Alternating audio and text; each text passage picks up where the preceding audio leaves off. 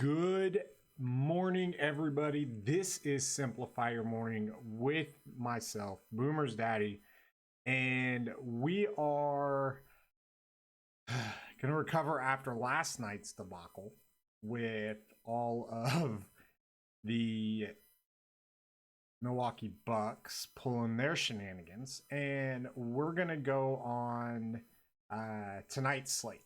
And there are a handful of nights throughout the season that I pretty much just rip up everything and I don't even look back. And last night's one of those nights. Looking back on hindsight, when you think of everything and you think of, Giannis is already out, Bledsoe's, downgraded to doubtful. Second night of a back-to-back on a 3-game road trip. The power fade, the leverage should have been to fade Middleton, but I still would have ended up with a lot of Brook, with a lot of DiVincenzo. So, you would have faded Middleton, but you would have ended up with the other ones. And so you're kind of looking at it like, just throw it away. So tonight's we're going to recover. It's going to be a good night, and let's get to it, shall we? We're going to basically just go over a couple different things. Some of my favorite plays on the slate that are going to be lower owned that people aren't thinking about. And I'm going to give a couple of these away for free today. So let's shoot and go to it, shall we? At the point guard position, hey, man, first off, I've got a rule in here that it's either Russ or Harden. That's always what I've done. And that's basically because of the correlation. Usually, Harden just sucks right now. But usually when, it's usually when one of those things that one goes off, the other's usually typically not hitting tournament value. So we've got a situation there, but I want to look, with DeJounte Murray out today, you've got Patty Mills down here at the bottom. He's going to get a little bit more run. Michael Carter-Williams without Evan Fournier has been getting a lot of run. Thomas Satoransky is actually moving to the bench, so he's not going to be in play. D'Anthony Melton actually plays the 2 now. So he's kind of in play, but not. But my favorite out of all of these, okay, besides Michael Carter-Williams, is Matthew Dellavedova. And the reason I like that is Coby White is actually moving into the starting role for Chicago. And Satoransky is actually a really good defender. So with them moving White into the starting lineup, that's going to absolutely just demolish their defense against their starting point guards. And look at this. Somehow, some way, I'm not sure what's going on. I know what it is. Darius Garland's out. But look at these minutes. 29, 35, 31, 45 in the last 4. And nobody is playing him. Right now, you've got a projected ownership of 2%. And yeah, so I love him tonight. I really like Michael Carter-Williams as well. Nobody's playing him at all either. And you can tell, or you can see that his minutes have kind of, increased a little bit. But the big thing is his usage is increased. He's getting more shots off. He's doing more around the glass. He's being more aggressive. And nobody's playing him. So while everybody goes to, Shaq Harrison, who's a good play, you're looking at this, but the problem is you're looking at 4-3-3, and I love this right here. But the problem is if he's going to be 49% owned tonight in tournaments, click. I'll play these other 2 guys for cheaper. Okay. You've got, if you just look at, here, let's put them back in so everybody can see this.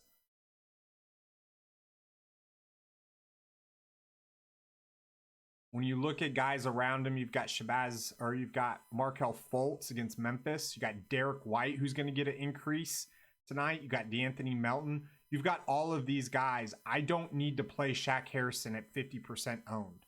Okay. I know I have him at 80% right here, but I'm running initials, so it's not that big of a deal. Okay. So he's just going to get the click. Okay. And I'll keep checking back with ownership throughout the day. Now, the one thing I do want to point out is this, is all the adjustments that I make, all the ideas that I have in my head, I always write down. Okay. I've got a notebook right here. I always write them down. So when I go back in FC Rewind, I can actually make adjustments in there based on my thoughts throughout the day instead of looking back at it on hindsight. Okay. That's really, really important. Okay. So,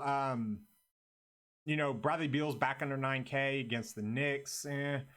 But my favorite play at the shooting guard position tonight is actually going to be Malik Beasley. Okay. I don't mind Marcus Smart. Caret LeVert's been lighting it up. But I really do like Malik Beasley just because of the fact that he's still under 6K. He's getting a ton of minutes. And look at these shots that he's taking. Okay. 20, 21, 14, 13, 15, 18, 14, 20. I just, it's too hard to pass up. Okay. At the small forward, you've got Paul George against Golden State, obviously under 8K still. His price is getting up there. You've got Denzel Valentine, who's actually playing the 2. He's under 4K. Look at these minutes. For those of you that watch March Madness, he was a big thing at Michigan State a couple years ago. But you've got 23, 27, 21, 18, and he's getting these shots, 15, 11, 17, 10. That's the big thing, okay? You've also got Juancho Hernangomez under 5K against Houston. You've got Carmelo Anthony against Phoenix. Josh Jackson against Orlando. Look at these minutes here. Okay, 22, 22, 17, 24, but he's a very high point per minute guy. And you can see that his price has not really got that huge jump. And when he's on the court, he commands a lot of usage. Okay, so I don't mind him in tournaments either, especially if he's going to be 0.4% owned. Okay. At the center position, you've got Andre Drummond. I love Hassan Whiteside. I don't think DeAndre Ayton plays. It's going to bring Aaron Baines back into question. You've got Montrezl Harrell, Marquise Chris. My favorite is Wendell Carter Jr. Okay. Now the question is can he stay out of foul trouble? He's done a pretty decent job of it. The problem is he's not a high usage guy. Okay. Now, not all usage is created equal. Obviously, 16, 43, 15, 28, 19, 22, 12, 23. So he really does rely on the secondary statistics in order to get us there. But he's still under 39. He's still under 4K. He's 3,900 on FanDuel. Okay. I also don't mind Mitchell Robinson. And I don't mind Nikola Vucevic. Okay. So you've got some options here at the center position. And then power forward, it's Anthony Davis. It's your guys up here. I've given you a lot of different options to save money on that you can go pay for some of these guys. Robert Covington, Jason Tatum, Kristaps. If Luka misses, you can go pay for these guys here. Okay. So that's going to do it for me today. Just a quick rundown, some initial thoughts, kind of what I'm looking at, what I'm thinking at, kind of how to leverage the field on the ownership. Right now, it's, you got to, it's something that I do a lot of.